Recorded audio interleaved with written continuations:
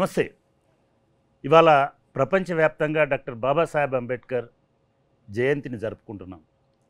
నేను ప్రపంచవ్యాప్తంగా ఎందుకంటున్నానంటే 125 సంవత్సరాల జయంతి సందర్భంగా ప్రపంచంలో 102 దేశాల్లో డాక్టర్ బాబాసాహెబ్ అంబేద్కర్ జయంతి ఉత్సవాలను జరిపించి ఇది ప్రపంచంలోనే ఒక అరుదైనటువంటి రికార్డుగా నిలిపినారు.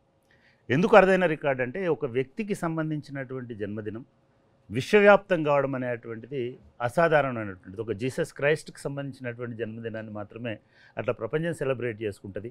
దాని తర్వాత డాక్టర్ బిఆర్ అంబేద్కర్ గారి జన్మదినాన్ని ఇవాళ విశ్వవ్యాప్తంగా ఐక్యరాజ్య సమితితో సహా అన్ని దేశాలు ఇవాళ అటువంటి జన్మదినాన్ని సెలబ్రేట్ చేసుకుంటున్నాయి. నిజానికి భారతదేశం చాలా సంక్షుప్త రాజకీయ సందర్భంలో ఉన్నది. ఒకవైపు అంబేద్కర్కి సంబంధించి ప్రపంచవ్యాప్తంగా ఆదరణ రావడం, అదేవిధంగా భారతదేశంలో కూడా అనేక మందికి ఒక ఆరాధ్యుడిగా అంబేద్కర్ నిలబడడం అనేటువంటిది జరుగుతున్నటువంటి సందర్భంలోనే అంబేద్కర్ ఐడియాలజీకి, అంబేద్కర్ సిద్ధాంతాలకి, అంబేద్కర్ చూపినటువంటి దార్శనికతకి భిన్నంగా రాజకీయాలు నడుస్తున్నాయనేటువంటి ఒక అభిప్రాయం కూడా ఇవాళ మనకు వినబడతా ఉంది, కనబడతా ఉంది. ఇటువంటి సందర్భంలో దేశంలో ఉన్నటువంటి రాజకీయ నాయకులను చూస్తున్నప్పుడు ముఖ్యంగా యువకుల్లో కొంత అంబేద్కర్ పట్ల ఒక అభిమానం, అంబేద్కర్ సిద్ధాంతాల పట్ల ఒక అవగాహన, వాటిని అమలు చేయాలనేటువంటి తపన ఉన్నటువంటి నాయకులు కూడా కొంతమంది మనకు అప్పుడప్పుడు తారసపడుతున్నారు. అటువంటి వాళ్ళలో మన రాష్ట్రం నుంచి ఉన్నటువంటి నాయకులలో ముఖ్యంగా భారత రాష్ట్ర సమితి నుంచి మనకు కేటీ రామారావు గారు ప్రధానంగా కనబడతారు. Thank you sir. Thank you Ramanna అనాలా, రాము అనాలా, లేకపోతే కేటీఆర్ గారు అనాలో, కానీ మీరు ఇవాళ ఈ ఇంటర్వ్యూకి రావడం, అంబేద్కర్ పట్ల మీకున్నటువంటి అవగాహన, అదేవిధంగా అంబేద్కర్ వాదం పట్ల మీకున్నటువంటి నిబద్ధత, లేదా అంబేద్కర్ భవిష్యత్తులో అంబేద్కరిజం అనేటువంటిది దేశానికి ఏ ప్రాతిపదికన ఉంటుంది అనేటువంటి విషయాలు మీతో మాట్లాడాలనుకున్నాం.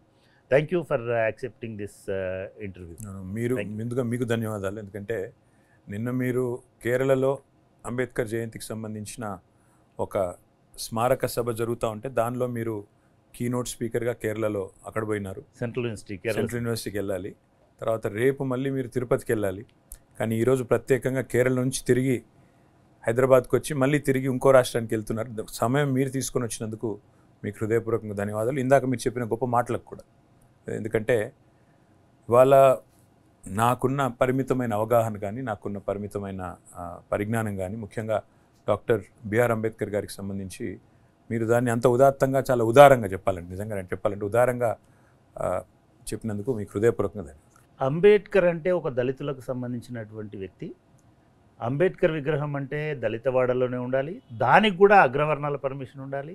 ఇటువంటి అన్ని ఫేస్ చేసినటువంటి సందర్భంలో సడన్గా మీ ఫోన్ వచ్చిన తర్వాత సరే మామూలుగా వేరే ఏదేదో అనుకున్నాను, కానీ మీరు ఫోన్ చేసి మనం అంబేద్కర్ గురించి ఆయన్ని స్మరించుకోవాల్సినటువంటి అవసరం ఉన్నది, మనం మాట్లాడాలా అని అన్నప్పుడు ఐ ఫెల్ట్ వెరీ హ్యాపీ. ఎందుకంటే మీకు మీరుగా అంబేద్కర్ గురించి ఆలోచించడం అనేటువంటి, అఫ్కోర్స్ నాకు తెలుసు మీరు గతంలో కూడా ఎటువంటి ఉదారంగా ఉన్నారు, ఎటువంటి విషయాల్లో మీరు ఎంత బ్రాడ్గా ఉన్నారు, ఎట్లా ఆలోచించినారో నాకు తెలుసు. కాబట్టి సరే నాకు కూడా అనిపించింది ఏంటంటే ఓకే, అంబేద్కర్ గురించి మనం మాట్లాడుకోవడం కాదు, మీలాంటి వాళ్ళతో మాట్లాడారు. యూత్ పట్ల నాకు ఒక గొప్ప గౌరవం.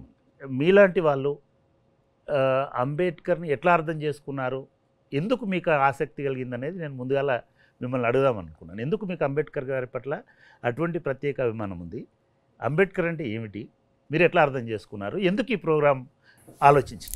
నేను అర్థం చేసుకున్న అంబేద్కర్ గారి గురించి నేను చెప్పగలుగుతానండి. ఎందుకంటే నేను చిన్నగా ఉన్నప్పుడు స్కూల్లో మనందరం చదువుకున్న ఒక కథ, ఒక ఏనుగు 8 మంది గుడ్డివాళ్ళు. 8 మంది గుడ్డివాళ్ళు కంటి చూపు లేని వాళ్ళని ఏనుగు చుట్టూ పంపించి ఏనుగు అంటే ఏంటి తెలుసుకునే ప్రయత్నం వాళ్ళు చేస్తారు. చేసిన తర్వాత తిరిగి వచ్చిన తర్వాత ఎట్లా కనబడ్డది, ఎట్లా అనిపించింది ఏనుగు అంటే, ఒకరేమో తోక ముట్టిన వాళ్ళేమో ఏనుగు చాలా సన్నగా పీలగా ఉందని ఒక ఆయన అంటాడు.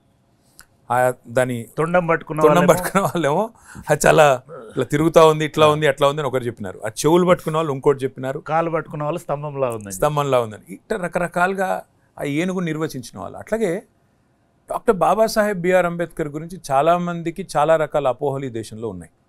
అందులో మనం దాన్ని దాచినా దాగని సత్యం. ఎందుకంటే ఇప్పుడు మీరు మాట అన్నారు, అంబేద్కరు కొంతమంది నాయకుల పట్లనేమో చాలా ఉదారంగా ఈ దేశం కానీ చరిత్ర కానీ వీళ్ళు అందరి వాళ్ళు అని రాస్తారు. వీళ్ళు అందరి వాళ్ళు చాలా గొప్పవాళ్ళు, మహానుభావులు. అంబేద్కర్ గారి కాడికి వచ్చే మాత్రం డాక్టర్ బాబాసాహెబ్ అంబేద్కర్ గొప్పవాడు, దార్శనికుడు ఇవన్నీ చెప్తారు. కానీ మళ్ళీ ఫలానా కులం వాడు, ఫలానా ఒక వర్గానికి సంబంధించిన వాడు, వాళ్లకు మాత్రమే మేలు చేసిన వాడు అనే భావన కలిగించే విధంగా బయటికి చెప్పినా చెప్పకపోయినా ఒక రకమైన ప్రచారం మాత్రం లోపల అంతర్గతంగా జరుగుతూ ఉంటుంది. నాకు మొట్టమొదటి ఎక్స్పోజర్ ఏంటంటే, నేను ఎక్కువ కాలం కాన్వెంట్లో చదువుకున్నవాడిని. తర్వాత మాస్టర్స్ ఏమో పూణే యూనివర్సిటీలో చదివి తర్వాత అమెరికా పోయి తిరిగి వచ్చినాను. ఉద్యమంలోకి డైరెక్ట్గా అడుగు పెట్టడమే 2006లో ఉద్యమంలో అడుగుపెట్టినాను. ఆ సమయంలో 2004, 5, 6 ఆ టైంలో ఢిల్లీలో కేసీఆర్ గారు ఆనాడు కేంద్ర మంత్రిగా ఉండేది. ఉన్నప్పుడు మాకు చాలా టైం దొరికేది అక్కడ జయశంకర్ గారితో చాలా టైం దొరికేది. ఎందుకంటే జయశంకర్ గారు ఈజ్ మొబైల్ ఎన్సైక్లోపీడియా. ఆయన నిజంగా కూడా ఒక అద్భుతమైన మనిషి. ఎందుకంటే ఎన్నడూ ఆయన నోట్లోంచి పల్లెత్తు తప్పుడు మాట కూడా నేను వినలేదు. అన్ని గంటలు మాట్లాడినా. ఆ సమయంలో ఒక ప్రశ్న ఆయన అడిగిన నేను, సార్ ఇప్పుడు 294 మంది ఉండే శాసనసభలో మన సంఖ్య 119. ఆ 119 తెలంగాణ శాసనసభ, ఆ 119లో మళ్ళీ కాంగ్రెస్ ఉన్నది, బీజేపీ ఉన్నది, టీడీపీ ఉన్నది, మనం కేవలం 26 ఉన్నాము. 26, 294 ఎట్లయితే సార్ ఇది అని అడిగిన. ఆ రోజు ఆయన చెప్పినారు, రామును ఒక పని చేయి, అంబేద్కర్ గారు ఆర్టికల్ 3లోనే ఒక గొప్ప మాట, ఆయన చాలా దురదృష్టితో కాన్స్టిట్యూయెంట్ అసెంబ్లీ డిబేట్స్ చదువు నువ్వు అంటే, నేను కాన్స్టిట్యూయెంట్ అసెంబ్లీ డిబేట్స్ ఏంటంటే రాజ్యాంగం రూపొందించే క్రమంలో వాళ్ళందరూ కూర్చొని చాలా సంవాదం నడిచింది. రాజ్యాంగంలో ఏం పొందుపరచాలా, ఏం పెట్టాలా, ఏం పెట్టవద్దు అని. ఆ సందర్భంగా కొత్త రాష్ట్రాలకు సంబంధించి కూడా చాలా డిస్కషన్ నడిచింది, చదువు అన్నారు. అందులో కాన్స్టిట్యూయెంట్ అసెంబ్లీ డిబేట్స్లో ఒక మాట ఉంటుంది, టిరనీ ఆఫ్ ద మెజారిటీ అని. ఆ మాట వాడింది డాక్టర్ బాబాసాహెబ్ అంబేద్కర్. ఎట్లా అంటే, ఇంకా వేరే అందులో ఆ కాన్స్టిట్యూషన్ కోఆథర్స్ ఎవరైతే ఉన్నారో అందరూ కూర్చొని మాట్లాడుతున్నప్పుడు అందులో ఫణికర్ గారు ఇంకా కొంతమంది ఉన్నట్టున్నారు. వారు ఒకరేం వాదిస్తారంటే, శాసనసభ ఆమోదం ఉంటేనే కొత్త రాష్ట్రం ఏర్పడాలి, లేకపోతే కరెక్ట్ కాదు, అది వాంఛనీయం కాదు, దీనికి ఒక అంతు ఉండదు, ఎన్ని రాష్ట్రాలు అంటూ అవుతాయి మరి దేశంలో అని మాట్లాడితే, ఆ రోజు అంబేద్కర్ గారు చెప్పిన మాట ఏంటంటే, ఎప్పుడైనా కూడా పీడించబడేవాడు ఎవడైతే మైనారిటీ ఉంటాడో వాడికి మెజారిటీ సర్టిఫికెట్ ఇవ్వాలి, నో అబ్జెక్షన్ సర్టిఫికెట్ ఇవ్వాలి అంటే అందులోంచి ఎన్నడూ బయటపడలేదు. కాబట్టి కొత్త రాష్ట్రం అంటూ ఏర్పడాలి అంటే ఒక శాసనసభ కన్సెంట్ కావాలంటే అది వాంఛనీయం కాదు. This will lead to the tyranny of a majority. అంటే మెజారిటీ యొక్క నియంతృత్వం, మెజారిటీ కనుక గట్టిగా గొంతు నొక్కితే ఆ గొంతు మైనారిటీ గొంతు మూగబోయే ప్రమాదం ఉంటుందని చెప్పి, దాదాపు తెలంగాణ 2014లో ఏర్పడ ముందు జరిగిన సందర్భాన్ని 1900 లేట్ 1940s ఎర్లీ 1950sలోనే 46-47లోనే ఆయన ఆనాడు ఊహించగలిగినాడు. ఈ దేశంలో ఎలాంటి పరిస్థితులు వస్తాయని లేట్ 1940sలో డాక్టర్ బాబాసాహెబ్ ఊహించగలిగినాడంటే ఆ మనిషి యొక్క గొప్పతనం, ఆయన ముందు చూపు, ఆయన తెలివితేటలు దాంతో చెప్పొచ్చు ఒకటి. రెండవది అవుట్ ఆఫ్ క్యూరియాసిటీ. ఆయన ఫిలాసఫీ ఏంటి అని అధ్యయనం చేసినప్పుడు, కొంచెం చదువుకున్నప్పుడు, బోధించు, సమీకరించు, పోరాడు, ఇది ఒక అద్భుతమైన ఫిలాసఫీ. అది నేను గమనించింది ఏంటంటే, ఇది కేసీఆర్ గారు ఆయన ఆ లైన్ తీసుకొని ఆ పందాలు పోయినారని నేను చెప్పను. కానీ అన్యాపదేశంగా ఏం జరిగిందంటే, ఇప్పుడు మీరు గమనిస్తే తెలంగాణ ఉద్యమంలో ఆనాడు జయశంకర్ గారు మాకు చెప్తుండే 3 పార్ట్స్ ఉంటాయి తెలంగాణ మూమెంట్లో కూడా. భావజాల వ్యాప్తి, సెన్సిటైజేషన్. రెండవది యాజిటేషన్, ఆందోళన పదం. మూడవది డెమోక్రటైజేషన్. ఈ 3 అంశాలు ఉంటాయని చెప్పినారు. మీరు చూస్తే రెండింటికి చాలా దగ్గర సారూప్యం ఉంటుంది. బోధించు, సమీకరించు, పోరాడు అనేదానికి భావజాల వ్యాప్తి, ఆందోళన పదం, అదేవిధంగా అల్టిమేట్గా డెమోక్రటైజేషన్. అంటే లక్షల సంఖ్యలో ప్రజల్ని సమీకరిస్తూ, వారికి తెలంగాణ రాష్ట్ర ఏర్పాటు ఆవశ్యకతను బోధిస్తూ, ఎక్కడ తెలంగాణ ప్రయోజనాలకు విఘాతం కలిగినా పోరాడుతూ, ఒక రకంగా చెప్పాలంటే అంబేద్కర్ గారు ప్రవచించిన బాటలోనే తెలంగాణ ఉద్యమం నడిచింది. అల్టిమేట్గా వారు రాసిన రాజ్యాంగం ఆధారంగానే, ఆర్టికల్ 3 ఆధారంగానే రాష్ట్రం కూడా ఏర్పడింది. కాబట్టి ఆనాటి నుంచే ఒక తెలవని ఆరాధనా భావం అనండి, గౌరవం అనండి, రకరకాలుగా ఎన్నో సందర్భాలు ఉంది. కానీ ప్రాక్టికల్గా ఒక విషయం కూడా చెప్పాలి మీకు. ఈ దేశంలో మాత్రం సిస్టమేటిక్గా అంబేద్కర్ గారిని కేవలం దళిత జాతికి మాత్రమే నాయకుడు, ఆయన వాళ్లకు మాత్రమే కొన్ని ఫలాలు అందించిన నాయకుడిగా ముద్ర వేసే ప్రయత్నం బలంగా జరిగింది. అంటే ఇది మొదటి నుంచి కూడా రామన్ ఒకటి ఏమైందంటే, అది కాంగ్రెస్ పార్టీ అంటే ఆయన కాంగ్రెస్ మీద పోరాడిన వ్యక్తి, కాంగ్రెస్ రాజకీయాలను ఎండగట్టిన వ్యక్తి, గాంధీ మీద పోరాడిన వ్యక్తి, గాంధీ రాజకీయాలను ఎండగట్టిన వ్యక్తి, ఆయన జీవితంలో ఒక నిప్పుల కొళ్ళిమిలోంచి నడుచుకుంటూ పోయినటువంటి. కాబట్టి చాలా కాలం వరకు కూడా ఆయనని ఒక దళిత జాతి వాడు, దళిత జాతికే పరిమితము, అంబేద్కర్ స్టాచ్యూ పెట్టాలంటే కూడా ఆ దళిత వాడ వెతికి అక్కడ పెట్టేటువంటి ధోరణి భారతదేశంలో ఉంది. కానీ నేను బహుశా మీకు తెలుసు, మీరు అమెరికాలో చదువుకున్న వాళ్ళు, అమెరికాలో న్యూయార్క్ నగరం ఉంటుంది.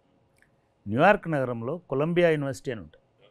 కొలంబియా యూనివర్సిటీ 270 సంవత్సరాలు ఇప్పటికీ ఆ యూనివర్సిటీ పెట్టి. ఆ యూనివర్సిటీలో 110 సంవత్సరాల కింద అంబేద్కర్ పోయినాడు.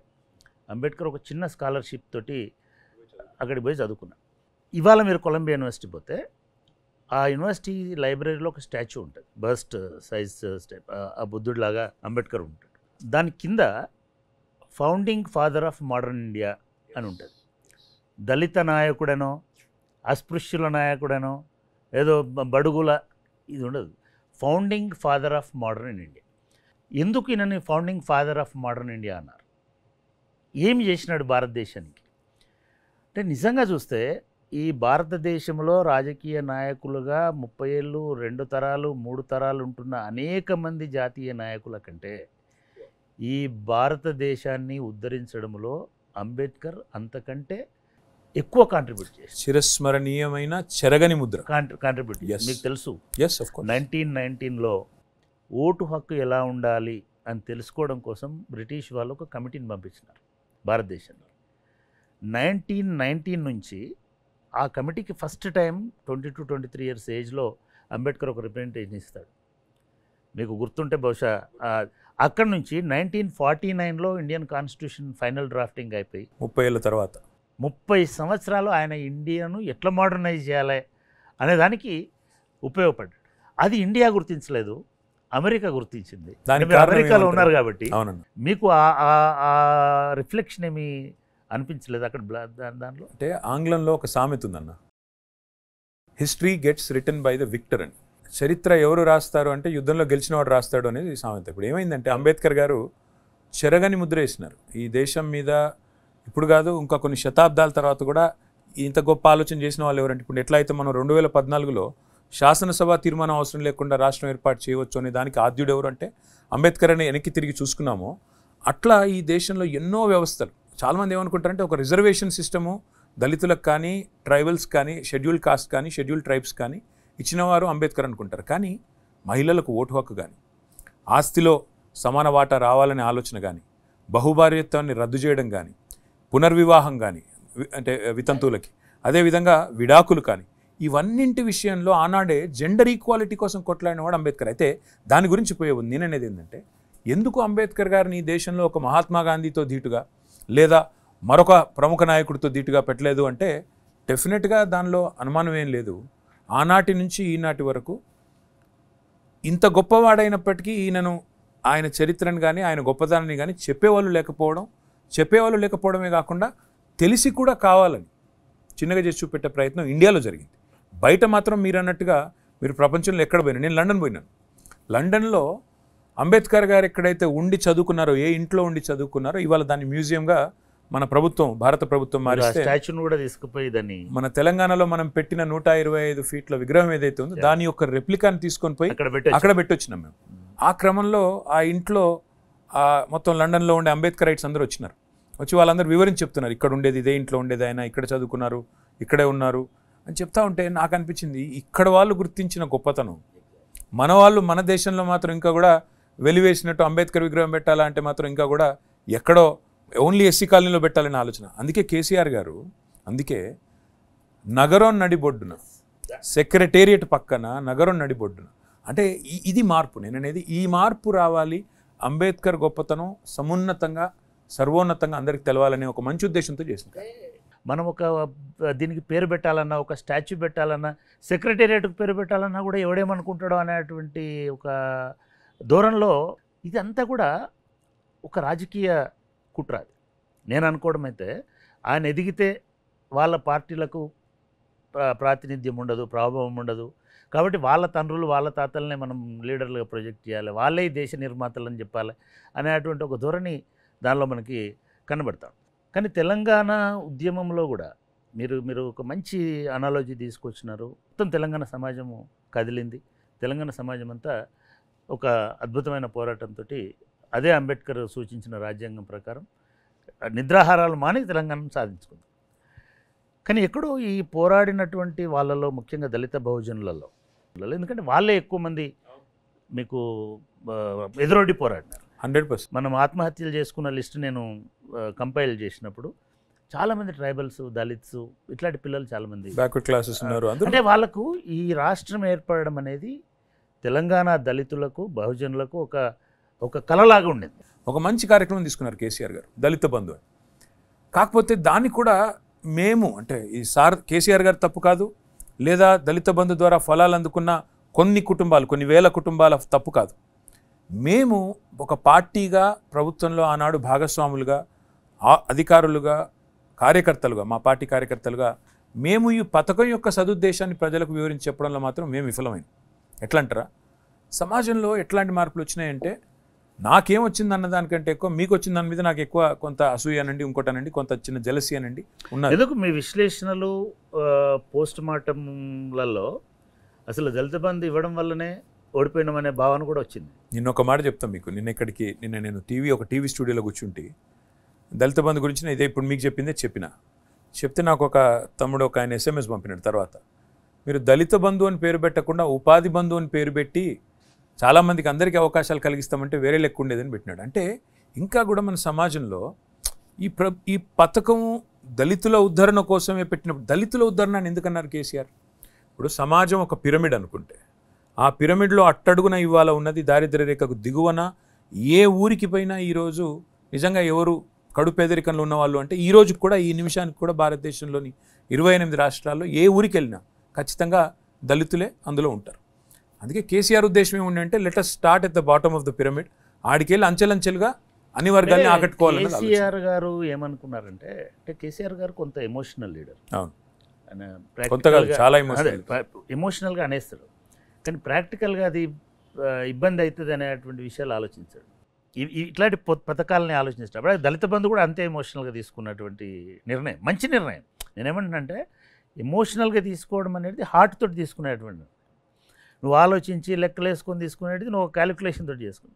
నేను అనుకోవడం అట్లా తీసుకొని నష్టపోయినామనే భావన ఏమన్నా వచ్చింది అనుకో. నేను ఏమన్నా అంటే KCR is a dreamer. KCR ఆయన ఒక స్వాప్నికుడు.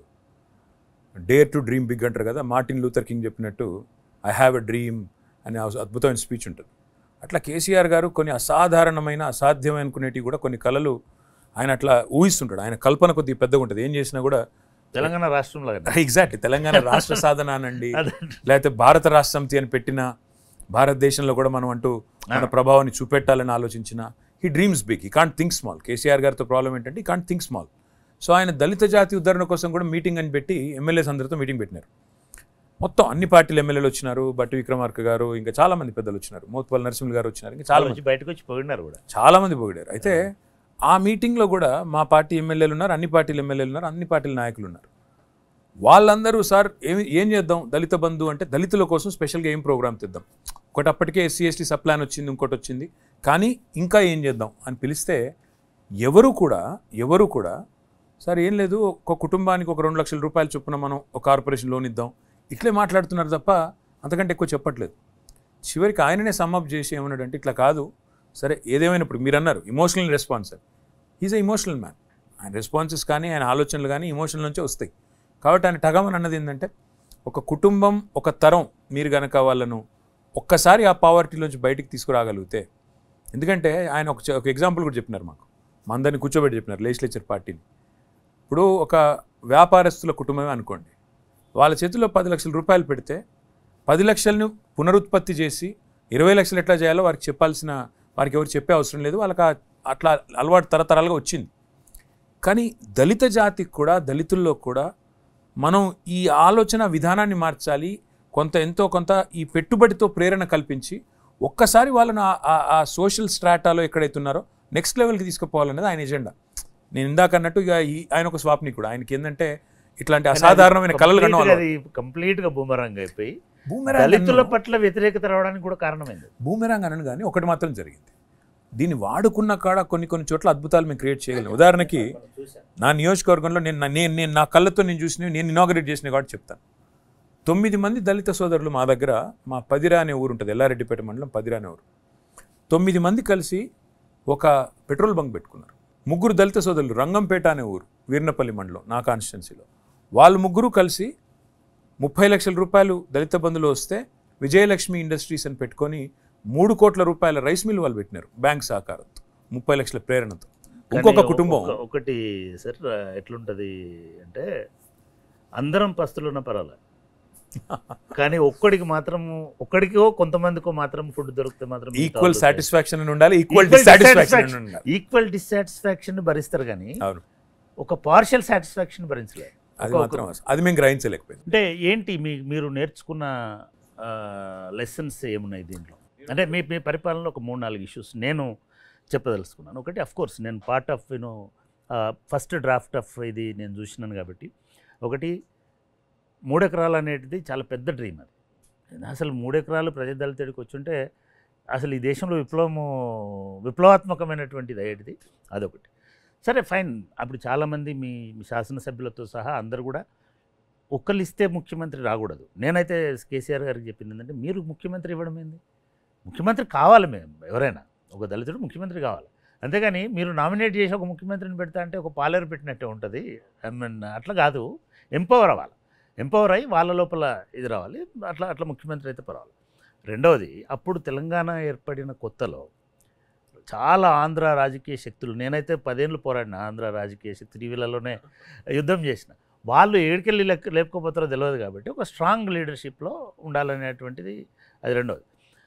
మూడవది, చాలా సిగ్నిఫికెంట్ కాంట్రిబ్యూషన్గా మనకు కనబడుతున్నది, దళిత బంధు కంటే కూడా ఎక్కువ మీరు కాంట్రిబ్యూట్ చేసింది ఏంటంటే, రెసిడెన్షియల్ స్కూల్స్ని అసలు అనూహ్యంగా 120, 110 నుంచి 1100 దాకా 1005 రెసిడెన్షియల్ స్కూల్స్, 1022 ఆ కాంట్రిబ్యూషన్లో తీసుకున్న చొరవ కానీ, లేదా మీరు దాన్ని ఎజెండాలోకి తీసుకురావడానికి మీకు ప్రేరణ కలిగించిన అంశాలు ఏంటి? ఒక్కటే, కేసీఆర్ గారికి ఆయనకి ఈ ఆలోచన కొత్తది కాదు. ఆయన నాకు ఒక్కసారి కాదు, నాకు ఈ మాట కనీసం ఒక 1000 సార్లు చెప్పింటారు, వ్యక్తిగత సంభాషణలు చెప్పింటారు, మా పార్టీ మీటింగ్లో చెప్పింటారు. ఆయన ఒక మాట ఏమంటారంటే పదే, ఇప్పుడు మా ఊర్లో కేసీఆర్ గారు ఎందుకంటే గ్రామీణ నేపథ్యంలో పెరిగిన వ్యక్తి, చింతమడకలో పెరిగిన వ్యక్తి, మా ఊర్లో ఉండే ఒక దళిత సోదరుడు, ఒక ఎల్లయ్య అనే సోదరుడి కొడుకుకి నా కొడుకుకి తేడా ఏంటి? నువ్వు చదువుకున్నావు, నీకు అవకాశాలు నేను కల్పించినాను, నువ్వు తర్వాత హైదరాబాద్లో చదువుకున్నావు, ఆ తర్వాత అదృష్టం బాగుండి నేను కొంత పెట్టుబడి పెట్టగలను కాబట్టి అమెరికాకు పోయినావు, తర్వాత నీ ఉద్యోగం సంపాదించుకున్నావు, ఇలా నీ కాళ్ళ మీద నిలబడ్డావు. అదే ఎల్లయ్య కొడుకు మళ్ళీ తిరిగి ఎందుకంటే ఆయన అవకాశాలు కల్పించలేకపోయినాడు కాబట్టి ఇలా పోయి మళ్ళీ ఒక పొలంలో వ్యవసాయ కూలీగానో లేకపోతే వ్యవసాయం చేసుకుంటూ బతుకుతున్నాడు. ఒకటే ఊరిలో పుట్టిన 2 పిల్లలు కేవలం సమాన అవకాశాలు లేకపోవడం వల్ల, ప్లాట్ఫామ్ అని దొరకకపోవడం వల్లనే నువ్వు ఇవాళ అక్కడ పోయినావు, ఆయన ఇక్కడే మిగిలిపోయినాడు, నువ్వు కూడా ఇక్కడే ఉండిపోతే నువ్వు కూడా అట్లే ఉండిటోడివి కదా. ఈ మాట నాకు ఇప్పుడు చెప్పేది కాదు, కేసీఆర్ గారు ముఖ్యమంత్రి అయిన తర్వాతనో పార్టీ పెట్టిన తర్వాత చెప్పిన మాట కాదు, నేను చదువుకునేటప్పుడే చెప్పిన మాట ఇది. అంటే ఆయనకు అప్పటి నుంచే కొన్ని విప్లవ భావాలు ఉన్నాయి. మీకు ఇంకో మాట కూడా చెప్పాలా చక్రపాణి, కేసీఆర్ గారు ఆనాడు తెలుగుదేశం పార్టీలో ఎమ్మెల్యేగా ఉన్నప్పుడు కూడా హైదరాబాద్ నుంచి సిద్దిపేట అప్పుడు కారు ప్రయాణంలోనే 3 గంటలు పట్టేది, 3-3.5 గంటలు పట్టేది. ఆ 3-3.5 గంటలు 3-3.5 గంటలలో ఆ రాజీవ్ రథ అంటే ఇప్పుడైంది అనుకోండి, మొత్తం గద్దరపాట్లే ఉండేది. ఇప్పుడు కాదు, ఆయనకి వాళ్ళ నాన్నగారితో కూడా ఘర్షణ, వాళ్ళకు వ్యవసాయ కూలీలకి ఈయన వాళ్ళ నాన్నగారికి చెప్పకుండా ఈయన పోయి ఆ రోజు కూలీ రేట్లు పెంచి, ఈయన చాలా ఉన్నాయిలేండి స్టోరీలు. నేనేమంటున్నా అంటే అల్టిమేట్గా ఆయనకు మొదటి నుంచి కూడా కొన్ని ఈ కోణంలో, అంటే చదువు అనేది, విద్య అనేది సమానత్వాన్ని అల్టిమేట్గా సాధించగలుగుతుంది సమాజంలో అనే ఒక ఎజెండా ఆయనకు మొదటి నుంచి ఉంది. సిద్దిపేటలో ఎమ్మెల్యేగా ఆయనకు ఎవరు చెప్పలేదు, పార్టీ చెప్పలేదు, ఎవరు చెప్పలేదు. దళిత చైతన్య జ్యోతి అనే కార్యక్రమాన్ని ఆ రోజే కేసీఆర్ గారు కొన్ని గ్రామాల్లో, రామునిపట్ల అని ఒక ఆదర్శ గ్రామం తీసుకున్నాడు. ఆయన దత్తత గ్రామం, బార్డర్ విలేజ్, చిన్న సిద్దిపేట నుంచి కరీంనగర్ పోయే రోడ్లో లెఫ్ట్ సైడ్ రైట్ సైడ్ ఉంటుంది దత్తత గ్రామం. అక్కడ స్టార్ట్ చేసినారు ప్రోగ్రామ్. అక్కడ ఒక్క దగ్గరనే కదా, ఆయనకి ఏంటంటే అప్పటి నుంచి ఇప్పుడు హరితహారం అనే ప్రోగ్రామ్ ఈరోజు చూస్తున్నాం మనం, అప్పుడే సిద్దిపేటలో చేశారు. ఈరోజు మనం చూసే మిషన్ భగీరథ అప్పుడే సిద్దిపేటలో ఆయన చేసుకున్నారు. సో ఆయనకి ఏమంటే ఇది అంటే నేను బాగా ఇంటరాక్ట్ అయినా, అంటే మా 3-4 సార్లు మా దగ్గరికి రావడము, ఇంట్లో మాట్లాడుతున్నప్పుడు కూడా ఆయనకు అంబేద్కర్కు సంబంధించినటువంటి కోర్ ఫిలాసఫీ, ఆలోచన విధానం, కోర్ ఐడియాలజీ ఉంటాం కదా, అది పూర్తిగా ఉంటుంది. మీరు ఇందాక అన్నమాట ఆయన పదే చెప్పేవాడు. అంటే మనం ఎట్లా ఉండేటోళ్ళం అంటే, ఒక స్టేట్ అనేది పార్షియల్గా ఉండకూడదు, కనబడేటట్టుగా ఉండకూడదు అన్నట్టుగా ఈ డిస్కషన్ వచ్చినప్పుడు చెప్తే, ఒకరోజు ఇట్లనే మీరు అట్లా కాదండి అంటే చాలామంది ఎడిటర్లు అందరూ ఉన్నారు కదా, మీరు ఏ ఊరికన్నా బండి తెలంగాణ సావటికి అడిగిపోండి, అందరిని అక్కడ ఉన్న వాళ్ళని అడగండి, ఈ ఊర్లో మోస్ట్ బ్యాక్వర్డ్ వాళ్ళు ఎవరని అడగండి, మోస్ట్ పూర్ ఎవరు, మోస్ట్ బ్యాక్వర్డ్ ఎవరు అని అడిగాను. వాళ్ళు దళితవాడకు చూపిస్తారు. అంటే ఒక లెవెల్లో ఎందుకో నేను కొంచెం క్రిటికల్గానే అబ్జర్వ్ చేసినప్పుడు ఈయన ఆదర్శాలన్నీ అమలు చేయడంలో సాధ్యం కాలేదేమో అనిపించింది. ఎందుకంటే అని ఏమన్నాడు తెలుసా, అప్పుడు ఈ మిషన్ భగీరథకు సంబంధించిన ఆలోచన వచ్చినప్పుడు కూడా సరే సెక్రటేరియట్లో మీరు కూడా ఉన్నారు, ఆ రివ్యూలో నేను కూడా ఉన్నాను, మాట్లాడుతూ నో దళితవాడ నుంచి పైప్ లైన్ వేయడం స్టార్ట్ కావాలన్నాడు. లాస్ట్ హౌస్ నుంచి ఈ పైప్ లైన్ ఇవ్వడం స్టార్ట్ కావాలా, అది పవర్ అయినా వాటర్ అయినా రోడ్ అయినా అక్కడ నుంచే. కానీ అది ఎందుకో ఈ 10 ఏళ్లలో మనం ఒకసారి మళ్ళీ రివ్యూ చేసుకుంటుంటే అది ఆ పద్ధతిలో జరగలేదేమో అని అనిపించలేదు మీకు? చాలా వరకు జరిగింది. ఇప్పుడు మీరు చూస్తే సార్వజనీనమైన కార్యక్రమాలు ఏవైతున్నాయో వాటి ఆచరణలో చాలా వరకు సఫలమైన. అంటే ఎందుకు నేను వాటర్ ఎందుకు చెప్తున్నానంటే ఆ మహానుభావుడు వాటర్ దొరకక ప్రజలందరూ అంగలారుస్తుంటే చెరువు నిండా నీళ్ళున్నా కూడా తాగలేని ఆ తాగనీయకపోయిన సందర్భంలో ఆయన లండన్లో చదువుకొని వచ్చి ఆయనకు ప్రొఫెసర్గా పనిచేసుకుంటూ మహద్ చెరువు సత్యాగ్రహం చేసి వేల మందితో ఆ చెరువులో దిగి నీళ్లు ముంచిపిచ్చి జుర్మానా కూడా కట్టినాడు. అంటే అదొక లిబరలైజేషన్, దానికి వాటర్ ఇంటికి గొప్ప విప్లవం, అదొక గొప్ప తిరుగుబాటు. కానీ మనం మిషన్ భగీరథలో వాటర్ ఇవ్వడం అనేది ఒక గొప్ప విప్లవం. 100%. అది కూడా నువ్వు ఎక్కడ స్టార్ట్ చేయాలో చెప్పి మళ్ళీ అందరూ ఒకటే వాటర్ తాగాల, అందరూ ఒకే రకమైన వాటర్ తాగాల, ఒకే రకమైన సిస్టమ్ వాడాలా అనేది ఒక రకమైన సమానత్వాన్ని మళ్ళీ ఇప్పుడు అంబేద్కర్ గారు చెప్పింది కూడా అదే కదా, లిబర్టీ కంటే కూడా స్వేచ్ఛ కంటే ముఖ్యం సమానత్వం, ఈక్వాలిటీ. సో అదే లైన్లో మనం తీసుకున్న చాలా కార్యక్రమాల్లో కూడా ప్రాతిపదిక ఇప్పుడు మీరు అన్న గురుకుల పాఠశాలలు 1022 గురుకుల పాఠశాలలు, అందులో కూడా ఒక ఇంట్రెస్టింగ్ స్టోరీ చెప్పాలి మీకు. కేసీఆర్ గారు ఉద్యమ టైంలో ఒక మాట అనేది, ఒక మండలంలో ఉండే ఆయన ఇంటర్వ్యూలు ఉంటాయి పాత, మీరు కావాలంటే నేనే చేసిన కామన్ రెసిడెన్షియల్ నా కొడుకు నా మనవడు ఒకటే దగ్గర చదవాలన్నాడు. ప్రభుత్వం ఎగ్జాక్ట్లీ ప్రభుత్వం వచ్చిన కొత్తలా ఆలోచన అదే చేసినాం. చేసిన తర్వాత అప్పటికే 110 స్కూల్స్ ఉన్నాయి, 110 స్కూల్స్ స్టేట్లో అప్పటికే కొన్ని ఉన్నాయి. నెక్స్ట్ లెవెల్కి తీసుకెళ్లాలా, మండలానికి ఒక అద్భుతమైన రెసిడెన్షియల్ పాఠశాల పెట్టాలి. మండలాలు కూడా 1040 మండలాలే ఉన్నట్టున్నాయి, ఇప్పుడు 540, ఇప్పుడు 540. సో అట్లా చూసినప్పుడు మండలానికి ఒకటి పెట్టి అందులో అందరు పిల్లలు రావాలి, ఆ పిల్లల మధ్యన ఒక ఇంటరాక్షన్ రావాలి, వచ్చి ఆయన ఆలోచనలేమో అంత ఎందుకో చేయలేకపోయినారు. అది చేయలేకపోయినాం. అది చేయలేక అల్టిమేట్గా మళ్ళీ అంటే మళ్ళీ కాస్ట్ పేరుతోటే బడ్జెటింగ్లో ఇంకోటి ఉండే సమస్యలు, ప్లస్ గవర్నమెంట్లో ఏ డిపార్ట్మెంట్కి ఎంత కేటాయించాలనే కొంత ఒక ఆలోచన. దానివల్ల ఏమైందంటే చివరికి సరే ఉన్న స్కూల్స్ ఉన్నాయి కదా, స్కూల్స్ అయితే పెంచేయండి, 10 రెట్లు పెంచండి అని చెప్పి 110 ఉన్న స్కూల్స్ని 1022 స్కూల్స్కి తీసుకొని పోయినాము. 1005 రెసిడెన్షియల్ పాఠశాలలు అయినాయి, 85 డిగ్రీ కాలేజీలు అయినాయి.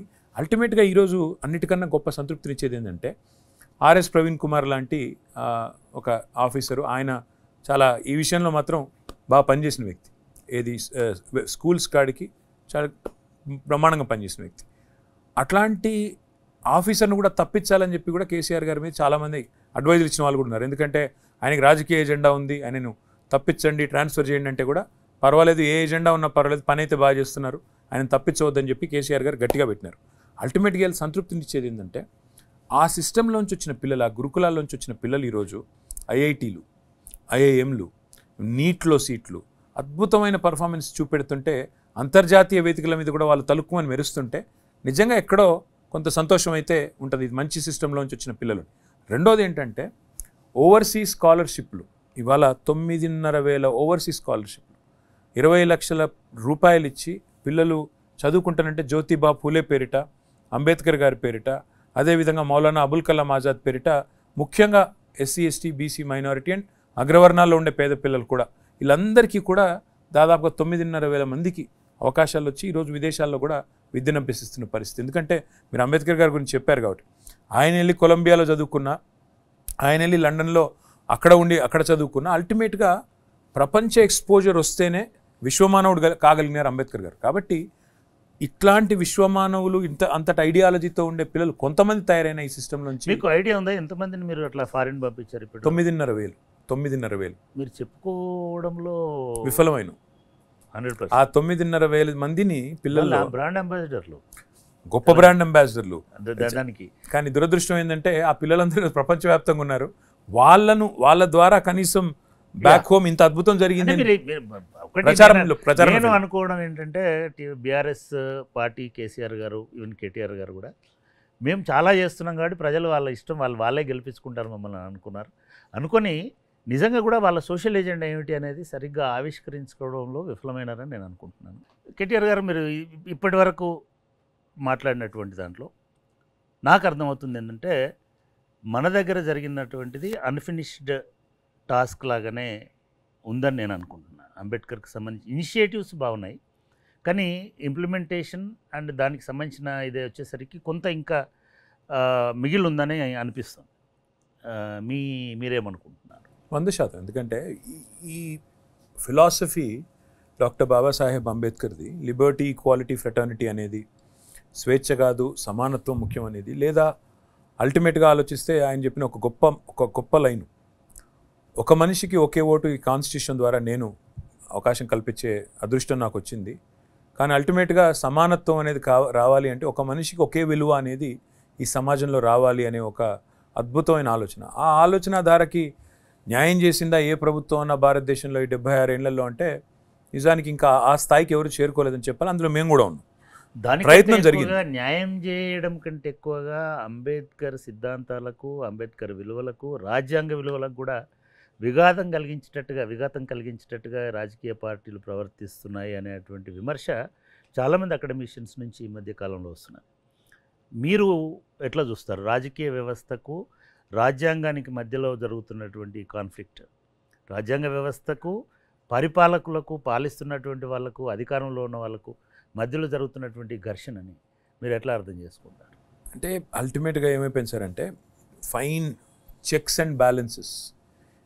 మనకి ప్రజాస్వామ్యంలో ఉండే 4 పిల్లర్స్ ఆఫ్ డెమోక్రసీ మధ్యన ఉండాల్సిన ఒక సమతుల్యత, ఒక బ్యాలెన్స్, అది డెఫినెట్గా దేశంలో దెబ్బతిన్నదని చెప్పడంలో రెండో ఆలోచన కానీ రెండో అభిప్రాయం కానీ ఎవరికీ అవసరం లేదు. ఎందుకంటే ఇవాళ మీరు చూసినట్టయితే ఎగ్జిక్యూటివ్, అదేవిధంగా legislature, judiciary and 4th estate, మన మీడియా, ఈ 4 కనుక సమన్వయంతో ఒక రకమైన బ్యాలెన్స్తో ఉన్నప్పుడే ప్రజాస్వామ్యం అనేది మెచ్యూర్ అవుతుంది. అల్టిమేట్గా చూసినప్పుడైతే దేశానికి కూడా మంచి జరుగుతుంది, ప్రజలకు కూడా మంచి జరుగుతుంది. కానీ ప్రస్తుతం ఉన్న పరిస్థితి ఎట్లా ఉందంటే, ఉదాహరణకి చెప్తాను, మన రాష్ట్రమే తీసుకోండి, ఎక్కడో కాదు. మన రాష్ట్రంలో ఇప్పుడు చూస్తే ప్రజల చేత ఎన్నుకోబడ్డ ముఖ్యమంత్రి గారు ప్రభుత్వం ఉంటుంది ఒకవైపు, సెంటర్కి స్టేట్కి మధ్యన అనుసంధానకర్తలాగా ఒక గవర్నర్ గారు అనే ఒక వ్యవస్థ ఉంటుంది. Governor is a constitutional post, constitutional head of the titular head of the state is governor. మన రాష్ట్రానికి నిన్న మొన్నటి దాకా గవర్నర్గా పనిచేసిన వ్యక్తి డాక్టర్ తమిళిసై సౌందరరాజన్ గారు. ఆవిడ ఇక్కడ గవర్నర్గా వచ్చే కంటే ఒక రోజు ముందు దాకా భారతీయ జనతా పార్టీ తమిళనాడు రాష్ట్రానికి అధ్యక్షురాలు. వచ్చిన తర్వాత కూలింగ్ ఆఫ్ పీరియడ్ కూడా లేదు కనీసం. వచ్చిన తర్వాత కనీసం ఒక 6 నెలల్లో సంవత్సరం పాటో వేరే ఏదైనా అకాడమిక్ పనో ఇంకో పనో చేశారంటే ఏం లేదు. స్ట్రైట్గా రాజకీయాల నుంచి ఇక్కడికి వచ్చి డైరెక్ట్గా రాజ్భవన్లో దిగినారు. దిగిన తర్వాత 5 ఏళ్ళు పనిచేసినట్టున్నారు. నిన్నగాక మొన్న మళ్ళీ ఠకామని పోయినారు. భారతీయ జనతా పార్టీ టికెట్ తీసుకుని వాళ్ళ చెన్నై సౌత్లో అభ్యర్థిగా పోటీ చేస్తున్నారు. నేను అనేది ఒకటే, ఒక రాజ్యాంగబద్ధమైన పదవిలో ఉండాల్సిన వ్యక్తి, సర్కారీ కమిషన్ సిఫారసులు ఉన్నాయి, ఇంకా చాలా పెద్ద విద్యావేత్తలు, ఆలోచన పరుల రికమెండేషన్స్ ఉన్నాయి ప్రభుత్వానికి. ఏమని, రాజకీయాలతో సంబంధం లేని వాళ్ళను మాత్రమే ఇక్కడ పెట్టాలి, నిష్పక్షపాతంగా వ్యవహారం జరగాలి. కానీ ఇవాళ గవర్నర్ వ్యవస్థ కాంప్రమైజ్ అయ్యింది. స్పీకర్లు ఉన్నారు. స్పీకర్ కూడా ఒక్కసారి ఆ పొజిషన్కి ఎన్నికైన తర్వాత రాజకీయాలకు అతీతంగా వ్యవహారం చేయాలి. కానీ ఇవాళ పరిస్థితుల్లో దేశం మంచి ఇష్యూ. ఎందుకంటే నేను ఇంట్రొడక్షన్లో ముందుగా చెప్పినట్టుగా యువ నాయకత్వం అనేది రేపు భవిష్యత్తులో రాజకీయాల ఈ డిస్కోర్స్ని మార్చాల్సినటువంటి అవసరం, విలువలతో కూడినటువంటి రాజకీయాలకు తీసుకురావాలి. ఇవాళ మనం ఒక తమిళసైనే అనక్కర్లేదు. అఫ్ కోర్స్ తమిళసై మన క్లోజర్ టు హోమ్ కాబట్టి ఎగ్జాంపుల్ ఇచ్చి, మనం చెన్నారెడ్డి గారు కూడా గవర్నర్గా ఉండి వచ్చి ఇక్కడ ముఖ్యమంత్రి అయినాడు. మళ్ళీ బర్నాలా కూడా గవర్నర్గా ఉండిపోయి మళ్ళీ ఐ మీన్ భారతదేశ ప్రజాస్వామ్య చరిత్రలో రాజ్యాంగంలో ఉన్నటువంటి కొన్నిటికి పరిధులు విధించలే రాజ్యాంగం. నేను అనేది అదే ఎగ్జాక్ట్లీ. ఇప్పుడు అమెరికాలో చూస్తే మీరు ఒక మాట ఇందాక మాట్లాడుతూ అన్నారు, సోమనాథ్ చటర్జీ గారు, ఇందాక మనం ప్రైవేట్గా మాట్లాడుకుంటున్నప్పుడు 11 సార్లు పార్లమెంట్ సభ్యుడైనాడు సోమనాథ్ చటర్జీ గారు. టర్మ్ లిమిట్స్ అనేది లేకపోతే అమెరికాలో 3 సార్లు 2 సార్ల కంటే ఎక్కువ ఎగ్జాక్ట్లీ 2 సార్ల కంటే ఎక్కువ ప్రెసిడెంట్ కూడా కావడానికి అవకాశం లేదు. సో నేనేమన్నా అంటే అంబేద్కర్ గారి రాజ్యాంగం ఆనాడు వారు రచించినప్పుడు వారి సహచరులు ఇది ఊహించి ఉండరేమో, ఇది ఒక్కటి మిస్ అయినట్టున్నారు. ఏమంటే ఇట్లాంటివి కూడా జరుగుతాయి, ఇలాంటి ఉపద్రవాలు కూడా వచ్చే ఆస్కారం ఉంది కొన్ని విషయాల్లో రాజ్యాంగాన్ని కూడా. ఎందుకంటే ఆయన ఒక గొప్ప మాట అన్నారు, రాజ్యాంగం గొప్పది కావచ్చు కానీ రాజ్యం నడిపే వాళ్ళు మంచి వాళ్ళు కాకపోతే దుర్వినియోగం జరుగుతుంది అని. రాజ్యాంగం చెడ్డదైనా రాజ్యం నడిపే వాళ్ళు ఒకవేళ మంచి వాళ్ళు అయితే దాన్ని సద్వినియోగం కూడా చేసుకోవచ్చు. అంబేద్కర్ అలవాటు చేసుకుంది, ఆయన చదివింది, ఆయన అధ్యయనం, ఆయన చెప్పిందంతా కూడా సమాజం ఒక విలువలతో ఉంటుంది అనేటువంటి ఉద్దేశం, ఒక విశ్వాసంతో చెప్పినాడు. సమాజం ఇట్లా మారుతుంది, రాజకీయ నాయకులు ఈ రాజ్యాంగాన్ని అపహాస్యం చేసే విధంగా అపహాస్యం చేసే విధంగా ఉంటారని బహుశా ఆయన ఊహించారు. అంటే మనము కానీ కొంతమంది ఆ విలువలు పాటిస్తున్నటువంటి వాళ్ళు ఇప్పటి కూడా భారత రాజకీయాల్లో. అంటే మీరు ఇటువంటి పరిస్థితులు రాకుండా ఉండాలంటే, అంటే ఒక పొలిటికల్ పార్టీకి వల్ల మీరు అధికారంలో ఉండొచ్చు లేకపోవచ్చు, కానీ రేపు డెఫినెట్గా మీలాంటి వాళ్ళ ఆలోచన భారతదేశంలో భవిష్యత్ రాజ్యాంగ పరిరక్షణకు సంబంధించి ఇటువంటి దాన్ని మనం ఎట్లా దాన్ని ఒక నియమ రూపంలోకి లేకపోతే ఒక నిబంధనల రూపంలోకి తీసుకురావడానికి అవకాశం ఉంటుంది. Sir, India is a representative democracy, it's a parliamentary democracy. Parliamentary ప్రజాస్వామ్య వ్యవస్థలో ఇవాళ మందబలంతో కొంతమంది మనల్ని శాసించే ప్రయత్నం చేస్తున్నారు. వాళ్ళు ఏం జరుగుతుంది దేశంలో చాలా విచిత్రంగా అనిపిస్తుంది అప్పుడప్పుడు ఆలోచిస్తే. నేను పుట్టింది 1976లో. నేను పెరుగుతున్నప్పుడు, నేను స్కూల్లో ఉన్నప్పుడు ఈ ఫ్యామిలీ ప్లానింగ్ అనేది ఒక గొప్ప స్లోగన్గా ఉండేది. ఎర్లీ 80స్లో, లేట్ 80స్లో కూడా. అప్పుడు ఒకటి అది కూడా వచ్చేది టీవీలో యాడ్, మాకిద్దరు మేమిద్దరు మాకిద్దరు, ఇద్దరు పిల్లల కంటే ఎక్కువ కనొద్దు అనేది పెద్ద స్లోగను. అది ప్రభుత్వమే నడిపేది. నేను కూడా కొన్ని క్విజ్ పోటీలో కూడా పాల్గొన్నా. Family planning association of India అని ఒక సంస్థ ఉంటుంది, దాని క్విజ్ పోటీలో కూడా నేను కూడా పాల్గొని ప్రైజులు కూడా గెలుచుకున్నాను నేను. సో ఆనాడు ఒక స్లోగన్, అట్లా అందమైన స్లోగన్ ఉండేది. ఆ స్లోగన్ని ఆచరించి అనుసరించి చక్కగా విజయవంతం చేసిన రాష్ట్రాలు దక్షిణాది రాష్ట్రాలు. కేరళ కావచ్చు, తమిళనాడు కావచ్చు, ఆనాడు ఆంధ్రప్రదేశ్ కావచ్చు, కర్ణాటక కావచ్చు, ఇవన్నీ విజయవంతంగా పాపులేషన్ కంట్రోల్ అనేది చేయడంలో ఆనాడు ప్రజలు కూడా ప్రభుత్వం ఇచ్చిన డైరెక్షన్ పాటించి చిన్న కుటుంబం మేలు అనే ఒక ఆలోచన అనుగుణంగా ముందుకు పోయినారు. ఇప్పుడు ఏం జరుగుతోంది మరి దాని ఫలితంగా పర్యవసానంగా? ఇవాళ కొత్తగా 2026లో డీలిమిటేషన్ జరగాల. పార్లమెంటు సీట్లు, అదేవిధంగా రాష్ట్రాల శాసనసభ సీట్లు కూడా నాకు తెలిసి పునర్విభజన జరుగుతుంది. పునర్విభజన జరిగినప్పుడు ఏ రాష్ట్రాలైతే ఆనాడు కేంద్ర ప్రభుత్వం ఇచ్చిన గైడ్లైన్స్, రాష్ట్ర ప్రభుత్వాలు ఇచ్చిన ఆదేశాలు, లేదా దేశ విశాల ప్రయోజనాల దృష్ట్యా ఆలోచించి చిన్న కుటుంబమే మేలనుకున్నారో వాళ్ళకేమో ఇలా సీట్లు కోతపడేటట్టుంది. అంటే ఈ మందబలంతో శాసించాలి అనుకునే ఒక వాతావరణం ఉన్న నేపథ్యంలో ఇవాళ ఎవరైతే ఆనాడు దేశ హితానికి వ్యతిరేకంగా పనిచేసినారో వాళ్ళనేమో రేపు సీట్లు పెంచి ఎక్కువ సీట్లు తీసుకొచ్చి వాళ్ళనేమో పార్లమెంట్లో కూర్చోబెట్టి, ఎవరైతే దేశ హితానికి అనుగుణంగా పనిచేశారో, దేశం కోసం ఆలోచన చేసినారో వాళ్ళని పనిష్ చేసే పరిస్థితి వస్తే రాజ్యాంగం అనేది నిజంగా కూడా డేంజర్లో పడుతుంది. ఎందుకంటే దేశమే ప్రమాదంలో పడుతుంది. డాక్టర్ బిఆర్ అంబేద్కర్ గారు, దేశ సమగ్రత కూడా ప్రమాదంలో పడుతుంది. ఎగ్జాక్ట్లీ. డాక్టర్ బాబాసాహెబ్ అంబేద్కర్ గారు ఈ రాష్ట్రాల విభజన, పునర్విభజన అనేటువంటి ఇది వచ్చినప్పుడు ఆయన భాషా ప్రయుక్త రాష్ట్రాలను వ్యతిరేకించినాడు. ఒక రాష్ట్రానికి ఒక భాష ఉండొచ్చు కానీ ఒక భాష ఉన్న వాళ్ళందరికీ ఒకటే రాష్ట్రం ఉండాలనేది లేదు అనేది ఆయన అని ఆయన UP example, Bihar example, Madhya Pradesh example చెప్పినాడు. హిందీ వాళ్ళందరూ మాట్లాడేది ఒకటే రాష్ట్రం ఉండక్కర్లేదు. యూపీని 5 భాగాలు చేయమని చెప్పినాడు, బీహార్ని 3 భాగాలు చేయమని చెప్పినాడు, మధ్యప్రదేశ్ని 2 భాగాలు చేయమని చెప్పినాడు. అంటే ఇట్లా చేయకపోతే పొలిటికల్గా మొనోపలి పెరుగుతుంది, హెజమనీ పెరుగుతుంది. పెరిగి దక్షిణాది రాష్ట్రాలకి మనం దూరం అవుతాము. దక్షిణాది రాష్ట్రాలు భాషా ప్రయుక్త రాష్ట్రాలుగా విడిపోయి ఉంటాయి. కాబట్టి ఫ్యూచర్లో ఈ ప్రమాదం వస్తుందని ఆయన 50 సంవత్సరాలు 70 సంవత్సరాల కింద ఈ హెచ్చరిక చేసినారు. ఇవాళ ఈ పునర్విభజనలో కరెక్ట్గా అది రిఫ్లెక్ట్ కాబోతుంది. 100% జరుగుతుంది. మీరు అమెరికాను చూస్తే చక్రపాణి అన్న, అక్కడ ఉండేది 50 రాష్ట్రాలు, కానీ అక్కడ వాళ్ళ సిస్టమ్ ఏంటి? వాళ్ళది ప్రెసిడెన్షియల్ డెమోక్రసీ, పార్లమెంటరీ డెమోక్రసీ కాదు. అక్కడ ఏం చేసినారు? సెనెట్లో రాష్ట్రం చిన్నదైనా పెద్దదైనా 2 సెనేటర్లు ఉంటారు. 50x2 100 మంది సెనేటర్లు ఉంటారు. తద్వారా రాష్ట్రం చిన్నదైనా పెద్దదైనా, ఉత్తరప్రదేశ్ అయినా, గోవా అయినా, లేదా బీహార్ అయినా, తెలంగాణ అయినా, ప్రయోజనాలు మాత్రం రాష్ట్ర విశాల ప్రయోజనాలు, రాష్ట్రం యొక్క ఇంట్రెస్ట్ ప్రొటెక్ట్ చేసే విషయంలో ఈక్వల్ వాయిస్ ఉంటుంది. ఇప్పుడు అంబేద్కర్ గారు అన్నారు కదా ఒక మాట, ప్రతిపాదన తీసుకొచ్చారు. అంబేద్కర్ గారు అంటున్న మాట ఒకటి, అంబేద్కర్ గారు చెప్పిన మాట, ఒక మనిషికి ఒక ఓటు అనే మాట ఏదైతే నన్ను అడిగితే ఇప్పుడు దేశంలో రాష్ట్రాల సైజుతో నిమిత్తం లేకుండా రాష్ట్రాల యొక్క గొంతు పార్లమెంట్లో వినబడాలి, ప్రతి రాష్ట్రం యొక్క ప్రయోజనాలు కాపాడబడాలి అంటే మాత్రం మనం డెఫినెట్గా ఆలోచన చేయాల్సిన అవసరం అయితే ఉంది ఈ నిమిషానికి.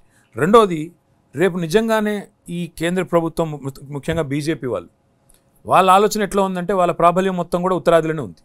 దక్షిణాదిలో బీజేపీకి పెద్ద ప్రాబల్యం లేదు. ఏదో అక్కడ ఇక్కడ ఫ్లాష్ ఇన్ ద ప్యాన్ లాగా 4 సీట్లు గెలిచిండొచ్చు, కానీ ఒక పునాది అయితే లేదు. ఇక్కడ బలమైన క్యాడర్ కానీ నిర్మాణం కానీ లేదు. వాళ్ళ ఆలోచన కొద్దిగా డేంజరస్గా కనబడుతూ ఉన్నది. వాళ్ళ ఉద్దేశం ఏమంటే ఇప్పుడు ఈ డీలిమిటేషన్ ద్వారా ఒక ఫర్మ్ గ్రిప్ అంటే ఇంకా దేశం మళ్ళీ ఇంకొక 25 ఏళ్ల పాటు మన గుప్పిట్లో మన కబంధ హస్తాల్లో ఉండే విధంగా మందబలంతో ఈ దేశాన్ని శాసించాలి అనే విధంగా వాళ్ళ ఉత్తరాదిన సీట్లు పెంచి దక్షిణాది గొంతుకోసే ఆలోచనలో ఉన్నట్టు కనబడతా ఉంది. ఇది గనక జరిగితే ఆ మహానుభావుడు ఊహించినట్టు దేశ సమగ్రతకే ముప్పొచ్చే ప్రమాదం కూడా ఉంది. అంబేద్కర్ గారు సమానత్వం అన్నది కేవలము కులాల సమానత్వంగా వ్యక్తుల మధ్యనే కాదు, వ్యవస్థల మధ్యన ఉండాలి, రాష్ట్రాల మధ్యన. కాబట్టి దాన్ని ఒకసారి రీలుక్ చేసి చేసి రాజ్యాంగాన్ని పరిరక్షించడంలో అది కూడా ఒక భాగం. అంటే మీరు గొప్ప మాట చెప్పారు, నేను అందుకే రాసి పెట్టుకున్నాను. ఇది అంబేద్కర్ గారు చెప్పిన మన రాజ్యాంగంలోనే పొందుపరిచిన ఒక ముఖ్యమైన పదం ఫెడరల్ రిపబ్లిక్. భారతదేశం అనేది ఒక ఫెడరల్ రిపబ్లిక్, సమాఖ్య స్ఫూర్తితో కూడిన ఒక గణతంత్రం. దాని గురించి ఆయన చెప్పిన మాట ఏమంటే భారతదేశం గురించి, I want to quote without any lapses, అందుకే రాసి పెట్టుకున్నాను. Union is not a league of states, nor the states its agencies. Both the union and states are created by the constitution. Both derive their respective authority from constitution. The one is not subordinate, the authority of one is coordinate. అంటే ఈ మాట ఎంత గొప్ప మాట అంటే, సమాఖ్య స్ఫూర్తిని అంటే రాష్ట్రం కేంద్రం ఒక పరస్పరం ఇచ్చిపుచ్చుకునే ధోరణిలో ఒకరి హితం కోసం ఒకరు దేశ హితం కోసం పనిచేయాల్సిందే తప్ప ఒకరు పెద్ద ఒకరు చిన్న అనే భావన కరెక్ట్ కాదు, ఒకరికొకరు సబార్డినేట్ కాదు. They should coordinate with each other అనే మాట చాలా గొప్పగా చెప్పారు. ఇప్పుడు మనం ఆలోచించవలసిన సందర్భం కూడా ఏంటంటే, మీరు అన్నట్టు ముమ్మాటికి రేపు దక్షిణాదే కాదు ఇంకా ఏ ఇతర రాష్ట్రమే కానీ గొంతు నొక్కే పరిస్థితి కనుక వస్తే, డీలిమిటేషన్ ద్వారా ప్రాతినిధ్యం తగ్గించే పరిస్థితి కనుక వస్తే, మీరన్నట్టు అందరికంటే ముందు మేమే చొరవ తీసుకుంటాం. తప్పకుండా మీరు ఇంత మంచి ఉదాత్తమైన సందర్భంగా మంచి పాయింట్ చెప్పారు. నేనే చొరవ తీసుకుంటాను, నేనే ముందు పడతాను. చాలామంది మాట్లాడుతుంటారు, అఫ్కోర్స్ బయట డిబేట్లు డిస్కషన్ జరుగుతూ ఉంటాయి. ఇది బీజేపీ వల్ల ఏదో ప్రమాదం జరిగిపోతుంది, రాజ్యాంగం పోతుంది, అంబేద్కర్కు విలువ లేకుండా. అంబేద్కర్ని వాళ్ళు పంచతీర్థ చేసినారు, అంబేద్కర్ని గౌరవిస్తూనే ఉన్నారు. ఎందుకు అటువంటి అపోహ ఏర్పడుతుంది జనంలో? అంబేద్కర్ రాజ్యాంగానికి విలువ లేకుండా చేస్తున్నారు, అంబేద్కర్ భావజాలానికి విలువ లేకుండా చేస్తున్నారని. స్ట్రైట్ ఫార్వర్డ్ ఒకటే అండి. ఇప్పుడు అంబేద్కర్ గారు ఆయన రాసిన రాజ్యాంగం వల్ల ఇవాళ ఒక ప్రభుత్వ వ్యవస్థలో ముఖ్యంగా చాలా పెద్ద ఎత్తున ఉపాధి కల్పనకి మనం ఆ రోజు నవరత్నాలనండి మహారత్నాలనండి ఆ కంపెనీల వల్ల అపారమైన అవకాశాలు వచ్చినాయి. అందులో రిజర్వేషన్స్ కూడా ఉన్నాయి. కానీ ఇవాళ కేంద్ర ప్రభుత్వం, ఇప్పుడున్న బీజేపీ ప్రభుత్వం తీసుకున్న నిర్ణయం ఏంటి? మొత్తం డిస్ఇన్వెస్ట్మెంట్. అంటే ఎయిర్ ఇండియా పోయింది. ఇట్లా చూసుకుంటూ పోతే మీకు ఇప్పుడు వైజాగ్ స్టీల్ ప్లాంట్ కానీ ఇంకోటి కానీ పబ్లిక్ సెక్టర్ అండర్టేకింగ్స్ ఎక్కడైతే ఈరోజు ఇవాళ రిజర్వేషన్ నుండి అక్కడ ఎస్సీ ఎస్టీ సోదరులు మాత్రమే కాకుండా ఇతరులకు కూడా అవకాశాలు వచ్చినాయో, ఇతరులకు కూడా ప్రాతినిధ్యం లభించే అవకాశం అవన్నీ మొత్తం మంచి ఇష్యూ తీసుకొచ్చిన. అసలు రిజర్వేషన్ల మీద మీ వైఖరి ఏంటి? నేను అమెరికాలో చదువుకున్నానండి, కొంతకాలం చదువుకున్నాను. అక్కడ దాదాపు ఒక 6.5-7 ఏళ్ళు ఉన్నాను. భారతదేశంలో కూడా చదువుకున్నాను. భారతదేశంలో కూడా జీవితం అంతా 6.5-7 ఏళ్ళు తప్ప మిగతా జీవితం అంతా 40 ఏళ్ళు భారతదేశంలో ఉన్నా. మొదటి నుంచి రిజర్వేషన్ల విషయంలో కులాల వారీగా, ఎందుకంటే నేను నా కళ్ళతో స్వయంగా చూసింది మండల్ కమిషన్ అప్పుడు ఆనాడు జరిగిన పోరాటాలు, ఆనాడు జరిగిన కొన్ని ఆత్మ బలిదానాలు ఇవన్నీ కూడా చూసినవాడిని. ప్రో మండల్ ఉన్నారా, యాంటీ మండల్ ఉన్నారా? అదే చెప్తాను. ఇంకా నాకు అప్పుడు అవగాహన కూడా నేను అప్పుడు ఇంకా హై స్కూల్లోనో లేకపోతే ఇంటర్మీడియట్లోనో నాకు అవగాహన కూడా లేదు. ఏం జరుగుతుందో అర్థం కాని పరిస్థితి. కాలేజ్కి మాత్రం హాలిడేస్ వచ్చినాయి, అది మాత్రం గుర్తుంది. పాయింట్ ఏంటంటే, నాకు మొదల రిజర్వేషన్ అనేసరికి ఎవరైతే రిజర్వేషన్ లేకుండా జనరల్ కేటగిరీలో ఉండే కులాల్లో పుట్టిన పిల్లలు కానీ కుటుంబాలు కానీ వాళ్ళ ఇళ్ళలోనేమో తీవ్రమైన డిబేట్ ఉంటుంది, యాంటీ రిజర్వేషన్ డిబేట్ ఉంటుంది. వీళ్ళకి అవకాశాలు రావట్లేదు పిల్లలకి అని. అదేవిధంగా రిజర్వేషన్ వల్ల వచ్చే లాభాలు పొందే ఒకవేళ సమాజంలో ఉన్న కొన్ని కులాలు కానీ కొన్ని కుటుంబాలు కానీ ఉంటే వాళ్ళ ఇళ్లలో మాత్రం ప్రో రిజర్వేషన్ డిబేట్ జరుగుతూ ఉంటుంది లోపల. ఈ స్పర్ధ, ఈ ఘర్షణ జరిగినప్పుడు చాలామందికి అర్థం కాదు ఏం జరుగుతుంది అని. అయితే ఇక్కడ పాయింట్ ఏంటంటే సార్, ఒకసారి పుట్టిన తర్వాత ఎదగడానికి, ఇప్పుడు కేసీఆర్ గారు చెప్పిందే ఎగ్జాంపుల్, ఎదగడానికి ఎదిగే క్రమంలో విద్యలో కానీ ఉపాధిలో కానీ మనం గతంలో జరిగిన తప్పులను కనుక వాటిని సవరించి అందరికీ లెవెల్ ప్లేయింగ్ ఫీల్డ్ అనేది ఒకటి క్రియేట్ చేయకపోతే ముమ్మాటికి దారుణమైన ఘాతకం చేసిన వాళ్ళం అవుతాం. ఇది నేను అమెరికాలో గ్రహించిన, అందుకే అమెరికా అని చెప్పింది అందుకే నేను. అక్కడ కూడా అఫర్మేటివ్ యాక్షన్ అనేది ఒకటి ఉంటుంది. అఫర్మేటివ్ యాక్షన్ ఏందని చెప్పి నేను కూడా స్టడీ చేసిన. అసలు మరి అమెరికా ఇంత అగ్రరాజ్యం కదా, ప్రపంచంలోనే అతి సంపన్నమైన దేశం కదా, మరి వీళ్ళు ఎట్లా సమాజంలో ఉండే అసమానతలను, అక్కడ దెబ్బతిన్న సమతుల్యతను ఎట్లా వీళ్ళు ఎట్లా బ్యాలెన్స్ స్ట్రైక్ చేసే ప్రయత్నం చేస్తున్నారు అని చాలా బలంగా అధ్యయనం చేసినాను. అవుట్ ఆఫ్ అకాడమిక్ ఇంట్రెస్ట్, నాకు వేరే ఉద్దేశం ఏం లేదు. చదివితే నాకు అందులో ఆశ్చర్యం కల్పించిన ఒక ఇదేమంటే అఫర్మేటివ్ యాక్షన్లో భాగంగా అక్కడ ఉండే ఆఫ్రికన్ అమెరికన్స్ కానీ ఇతర మైనారిటీస్ కానీ exactly even Indians exactly Asians కానీ చాలా చాలా ప్రొవిజన్స్ ఉన్నాయి. 5 కేటగిరీస్కి 5 equal. Exactly. So even 10 members ఉండే ఎంప్లాయ్మెంట్ ఉండే చోట కూడా affirmative action implement. Absolutely. So నేనేమంటున్నా అంటే ప్రపంచంలోనే అతి సంపన్నమైన దేశం, అగ్రరాజ్యం, ఇవాళ ప్రపంచానికే ఇవాళ అదేమంటారు దాన్ని అమెరికన్ డ్రీమ్ అంటారు. అక్కడ పోయి అక్కడ చదువుకోవాలి, అట్లా ఉండాలి. దాని నుంచి స్ఫూర్తితోటే అంబేద్కర్ గారు కాన్స్టిట్యూషన్లో దాన్ని ముందుకు తీసుకున్నారు. నా పాయింట్ అల్లా అదే. That is the oldest democracy in the world. 400 సంవత్సరాల పైచిలుకు చరిత్ర ఉన్న ఒక దేశం అమెరికా, ప్రజాస్వామ్య దేశం. We are the largest democracy. ఖచ్చితంగా భారతదేశంలో సమానత్వం అంటూ వచ్చేంత వరకు ఈ సమాజంలో నేను ఇంకొక ఎగ్జాంపుల్ కూడా చెప్తాను సార్. తప్పకుండా రిజర్వేషన్ ఉండాల్సింది, అందులో రెండో చర్చ లేదు. అల్టిమేట్గా ఈ దేశం అంబేద్కర్ గారు చెప్పినట్టు ఈక్వాలిటీ అనేది రావాలంటే, లిబర్టీ కంటే ఈక్వాలిటీ ముఖ్యమైన మాట వారు ఏదైతే చెప్పినారో అది రావాలి అంటే the only way to do that is by fighting caste with capital. మీరు 10 సంవత్సరాల అధికారంలో ఉన్నటువంటి టైంలో ఇదే అంబేద్కర్ గారి ఆదర్శాలని, అఫ్కోర్స్ అంబేద్కర్ గారి 125 అడుగుల అద్భుతమైన విగ్రహం పెట్టినారు, దానికి సంబంధించిన సెక్రటేరియట్ కూడా. పరిపాలనా వ్యవస్థలో కానీ లేదా ఎంపవర్మెంట్ దీనిలో కానీ దళిత్ ఎంపవర్మెంట్ కోసము 2 అంశాలు అంబేద్కర్ కూడా చెప్పినాడు. ఒకటి పొలిటికల్ పార్టిసిపేషన్ ఎంకరేజ్ చేయాలి. నేను గమనించిన దానిలో కూడా ఏ కాన్స్టిట్యున్సీలో కూడా ఒక జనరల్ కాన్స్టిట్యున్సీ అని అనుకున్న దాంట్లో, జనరల్ అంటే ఎవరైనా చేయవచ్చు, ఎప్పుడు అటువంటి ప్రయోగం చేసి ఒక దళిత లీడర్ని ఎంకరేజ్ చేసినట్టుగా చేసినాము. మీరు గుర్తుంచుకోండి, అంటే ఇది ప్రభుత్వంలో రాకముందే వరంగల్ పార్లమెంట్ సీట్లో ఆనాడు జనరల్ సీట్లోనే రవీంద్ర నాయక్ గారు గెలిచినారు. ఆ రోజు ఒక ట్రైబల్ నాయకుడు ఆయన్ని గెలిపించుకున్నాము. తర్వాత కూడా 2-3 సార్లు ప్రయోగాలు చేశారు కానీ అవి సఫలం కాలేదు. సెక్యులరిజం అనేటువంటి ఒక కాన్స్టిట్యూషనల్ వాల్యూ మీద మీ స్టాండ్ ఏంటిది? ఎందుకంటే ఇవాళ దేశంలో చాలామంది దాన్ని ఒక బూచీలాగా లేదా దాన్ని ఒక వాల్యూ లాగా 2 రకాలుగా వాడుతున్నారు. అంటే టీఆర్ఎస్గా, బీఆర్ఎస్గా లేదా కేటీఆర్. ఐ మీన్ మీరు ఎట్లా చూస్తారు ఇండియన్ సొసైటీలో ద ప్రిన్సిపల్ ఆఫ్ సెక్యులరిజంకి ఉండేటువంటి కాన్స్టిట్యూషనల్ వాల్యూని మీరు పబ్లిక్ లైఫ్లోకి ఎట్లా చేస్తున్నారు? సార్ ఒక మాట, గొప్ప మాట అంబేద్కర్ గారు చెప్పిన మాట, state and religion should never be mingled, should never be mixed. అంటే రాష్ట్రాధినేత కులం ఏదైనా మతం ఏదైనా వారు తమ ప్రభుత్వ నిర్వహణలో, రాజ్య నిర్వహణలో మాత్రం ఖచ్చితత్వాన్ని పాటించాలి. మతంతో, రిలీజన్తో, కులంతో నిమిత్తం లేకుండానే పరిపాలన జరగాలి.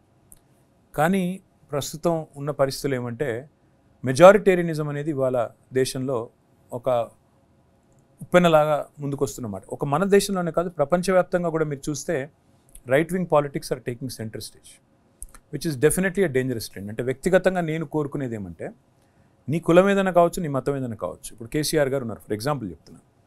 ఆయన స్వతహాగా ధార్మికుడు, ఆయనకు హిందూ ధర్మాన్ని ఆచరించే విషయంలో ఎలాంటి శశబిషలు లేకుండా యాగాలు చేస్తారు. గుడి గడితే కూడా ఎలాంటి గోప్యం లేకుండా ఆయన బ్రహ్మాండంగా బాహాటంగానే ప్రభుత్వ బడ్జెట్ నుంచే నిధులు ఇచ్చి నేరుగా చేస్తారు. అదే నిజాం చనిపోతే కూడా కేసీఆర్ గారు మళ్ళీ నిజాం సమాధి దగ్గర పోయి ఈయన కూడా కొన్ని మంచి పనులు చేసిందని చెప్తాడు. కేసీఆర్ గారు మళ్ళీ రంజాను లేదా క్రిస్మస్ లేదా బతుకమ్మ మూడింటిని కూడా సమానంగా చూసిండు. పాయింట్ ఏంటంటే సార్, నిజమైన ధార్మికుడు కానీ నిజమైన సెక్యులర్వాది కాన్స్టిట్యూషన్ మీరు చూస్తేనేమో అసలు ఇంత ఉదాత్తమైనటువంటి కాన్స్టిట్యూషన్ ఇంకొకటి లేదు. అందులో ప్రేంబుల్లో చెప్పినటువంటి అన్నింటినీ కనుక చూసుకుంటే అసలు భారతదేశం అద్భుతంగా ఉంది. దానికి భిన్నంగా ఇంత ప్రచారం జరుగుతున్నప్పుడు రాజకీయ పార్టీలు దాన్ని కట్టడి చేయడంలో విఫలమవడం అనేటువంటిది ఈ రాజకీయ వ్యవస్థ వైఫల్యం కాదా? 3 రకాల ఇబ్బందులు అండి ఇందులో. ఒకటి, రాజ్యాంగబద్ధమైన వ్యవస్థలు ఇవాళ రాజ్యాంగబద్ధమైన వ్యవస్థలుగా నిష్పక్షపాతంగా ఈ దేశంలో లేవు. మీరు చూడండి, నిష్పక్షపాతంగా వ్యవహరించాల్సిన సంస్థలు ఇవాళ ఎలక్షన్ కమిషన్ ఆఫ్ ఇండియా కానీ రాజ్యాంగబద్ధమైన గవర్నర్ పదవులు కానీ ఇవేవి కూడా ఈరోజు వివక్షకు రాజకీయాలకు అతీతంగా పనిచేయడం లేదు. నెంబర్ 1. నెంబర్ 2, మెజారిటేరియనిజం అనేది ఒకసారి ఒక ఉప్పెనలాగా ఒక ఉన్మాదంలాగా వచ్చినప్పుడు రాజకీయ పార్టీలు కూడా ఆ ఉప్పెనలో కొట్టుకొని పోయే ప్రమాదం కూడా వస్తుంది.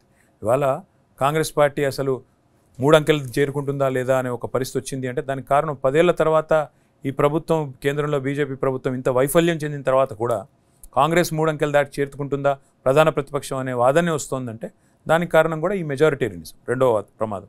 మూడవది అన్నింటికి మించిన ప్రమాదం, ఏ చెక్స్ అండ్ బ్యాలెన్సెస్ అయితే ఉండాలని అంబేద్కర్ గారు రాజ్యాంగంలో ప్రవచించినారో ఇవాళ వాటి స్పిరిట్లో అది అమలు కావడం లేదు. ఇది వాస్తవం. ఇవాళ ఇన్వెస్టిగేటివ్ ఏజెన్సీస్ని చూడండి, నేను మా వ్యక్తిగతమైన విషయాలు మాట్లాడట్లేదు. చూడండి, ఈ దేశంలో ఉండే ప్రతిపక్షాల్లో ఉన్న వాళ్ళందరూ దుర్మార్గులు, వాళ్ళని జైల్లో పెట్టండి. అదే వాళ్ళు వచ్చి మళ్ళీ మనతో చేరితే వెంటనే వాళ్ళన్నిటి కేసులు కానీ ఇంకోటి కానీ పోతాయి. ఇవన్నిటి వల్ల ఏం జరుగుతుందంటే ఒక భయోత్పాతమైన వాతావరణం రాజకీయంగా వీళ్ళకి ఎదురుపోతే మనుగడ ఉండదు, అస్తిత్వం ఉండదు అనే ఒక పరిస్థితి రావడం వల్ల గొంతులు చాలా మూగబోయినాయి. అదర్వైజ్ అసాధారణంగా పోరాటాలు చేసే పోరాట పట్టమే ఉన్న వాళ్ళు కూడా చాలామంది గొంతులు మూగపోయిన పరిస్థితి ఈరోజు దేశంలో ఉంది. అసలు రేస్ అంటూ ఉంటే అంటారు కదా, ఒక ఎలక్షన్ రేస్ అంటూ ఉంటే ఫ్రీ అండ్ ఫెయిర్ ఎలక్షన్స్ అని చెప్పారు కాన్స్టిట్యూషన్లో అంబేద్కర్. అంటే నేను ఒక ప్రశ్న ప్రేక్షకుల కోసం అడగాల. ఈ గొంతులు నొక్కడం అనేది అధికారంలో ఎవరుంటే వాళ్ళు చేస్తారు. మీరు అధికారంలో ఉన్నప్పుడు గొంతులు నొక్కినారు కదా. ఏ గొంతులు నొక్కాం ఒకటి చెప్పండి నాకు. మేము గొంతులు నొక్కే ఉంటే, మేము కనుక అట్లాంటి వ్యవహారమే చేసే ఉంటే ఈరోజు తెలంగాణలో మేము ఓడిపోయే పరిస్థితి రాదు కదా. ఇప్పుడు ఎట్లయితే మోడీ గారు ఏకపక్షంగా రేసులో ఒకరే పరిగెడుతున్నట్టుగా ఒక వాతావరణం ఏదైతే కల్పిస్తున్నారో ఆ వాతావరణం తెలంగాణలో లేదు కదా. కాన్స్టిట్యూషనల్ ఫ్రేమ్వర్క్లోనే కనుక చూసినట్టయితే రేపటి భారతదేశం ఎట్లుంటుందని మీరు అనుకుంటున్నారు? నేనైతే ఒకటే అనుకుంటున్నా సార్, అల్టిమేట్గా మాత్రం కొన్ని సందర్భాల్లో వ్యక్తులు అపరిమితమైన అధికారం, అపరిమితమైన శక్తి సంతరించుకున్నప్పుడు డెఫినెట్గా ఈ దేశంలో ఒక తిరుగుబాటు తత్వం అయితే ఉన్నది, తప్పకుండా వస్తుంది. సందర్భం వచ్చినప్పుడు సందర్భానికి అనుగుణంగా రియాక్ట్ అయ్యే తత్వం భారతదేశంలో ఉంది, తెలంగాణలో ఉంది, ఈ దేశ ప్రతి పౌరుడిలో కూడా ఉంది. అంటే బియాండ్ ద పాయింట్ ఏది చేసినా అతి అనర్థదాయకం అంటారు కదా, డెఫినెట్గా తిరుగుబాటు వస్తుంది. ఇప్పుడు ఆయన మాట్లాడుతున్న మాటలు, ఈసారి ఎలక్షన్ గెలిస్తే 1000 ఏళ్లకు సరిపడా మార్పు తెస్తానంటున్నాడు ఆయన.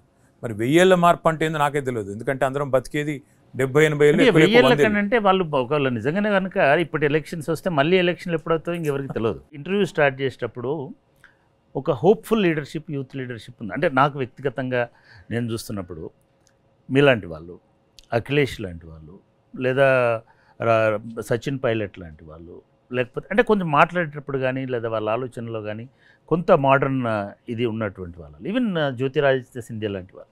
అంటే ఏదైనా ఒక యూత్ కన్సార్షియం లాగా యూత్ లీడర్షిప్ అంతా ఒకటి వచ్చి ఆయన రాసిన రాజ్యాంగం, ఆయన చూపిన మార్గం, దీన్ని కాపాడుకోవడం కోసము మీలాంటి వాళ్ళు ఒక ఎఫర్ట్ పెట్టచ్చు కదా.